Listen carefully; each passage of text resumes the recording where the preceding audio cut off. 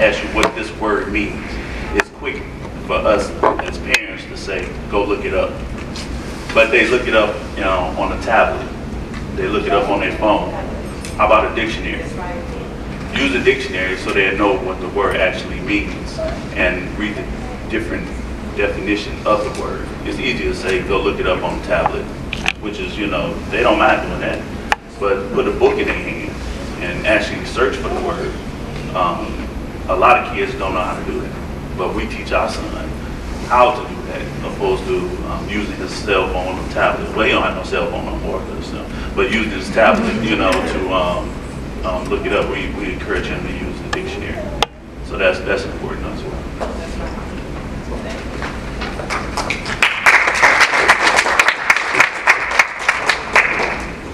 Any other questions? Kids, you got any questions? I'm gonna call one of y'all out.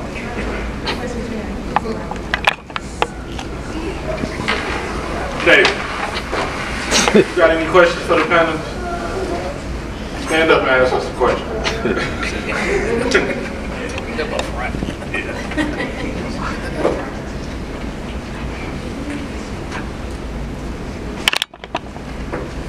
I got a question for you. Sure. How do you guys overcome your barriers and your weakness? Right. So I'm glad when you said that. Sometimes I guess and I stutter through words and I hate reading out loud, but I continue to do it. That's right, Wayne. That's the only way you overcome it. You're right. I'm gonna answer that. I just actually takes my time and just be comfortable, you know. And my wife helped me out a lot as far as like I was running our business. So it's a lot of things that I don't understand and that she would take control, you know, especially the finances. She take control of the finances, you know what I'm saying? So, but I just take my time, you know what I'm saying? Like I said, it's, you know, I have, my handicap is reading out loud. I can read and I can understand what I read, but reading in front of people really makes me nervous. I don't know why it does, but it does, you know. And, you know, I just take my time.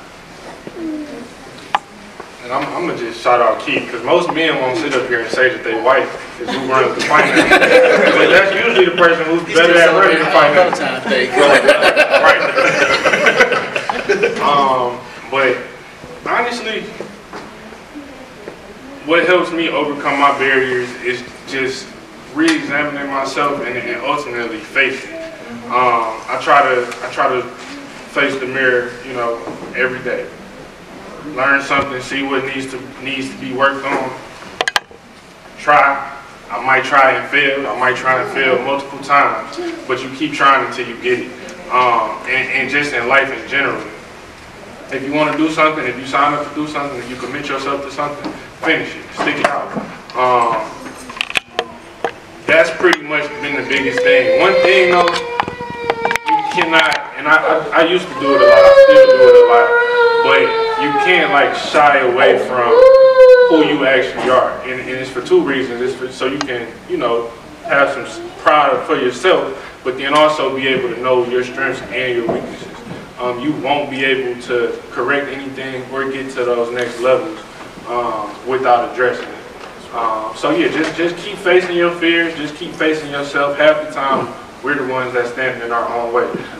So yeah, just keep doing it over and over again and you'll get where you want to be. With your fears, I remember my father used to tell me the worst kind of fool was a fool that didn't know he was a fool. And so I would say when it comes down to your weaknesses, to first identify your weakness and then acknowledge that you have a weakness there. And once you can acknowledge that, hey, I'm falling short in this particular area, then you can strategize and set up a plan of how I'm going to overcome this weakness. So we want, you know, plan ahead. Steve, you must have hacked me yesterday. Your answers are very similar to the answers I had. And you asked about overcoming things. One of them, I think, is make sure that you have the stamina and stick to your goals and don't let anything throw you off track. And that's a message to the young people today. If there's a goal that you have in mind, if you want to accomplish something, to stick with it. Each day, keep working towards that and don't give up. Life happens, but you still have to get involved and stay committed and focused to what you're doing. When I wrote this book, when I came home from Cass Tech every night, I would write 2 or 3 poems a night, night after night, and I didn't give up until the book was published, and it took a few years to get that done. But even in business, you were talking about the first year, didn't hardly have any contracts. And I experienced that in my business, in Michigan Ocean. Sometimes, and my assistant Samantha's here, there's sometimes when we could not get a deal. We could not secure a deal, but you don't give up. You know what you're capable of doing. You just have to keep at it, pray and work hard, and have faith. And that's another thing too. Let's not forget that important part. Yes, have faith and believe that you can accomplish what you set out to do, and to continue to have hope. And I think those are some of the answers to your question. Staying committed and focused. I have one other question. What barriers that you had come across, and what sacrifice did you make to get to that? So for instance, myself, being a father of multiple kids, and trying to give that time to each one of the kids to make it where they need to be, is a barrier that I still have not figured out yet. Because when you have more than 1 and 2, trying to really aim for your career, your goals, your personal self, but you still have to instill stuff into your kids and also in your mate, get them time. So that's a barrier that I still trying to figure out. So what barriers do you have, and what sacrifice do you make to try to get to that? I think the younger people will probably realize this and live through this. The distractions of this world can throw you off. That is a barrier. That's a barrier to staying focused. Don't get distracted by so many things, by everything that comes up. I think that's there are so many, especially with technology and social media and music videos and video games. You can easily get distracted from school, from work, from your family, relationships. That is it. It's distractions. And I think for me, that's probably been the biggest thing for me over the years. Distractions by things that happen. The flashing lights can get your attention.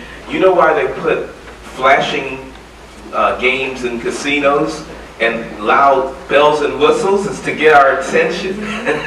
So they figured it out. Marketing people have figured it out.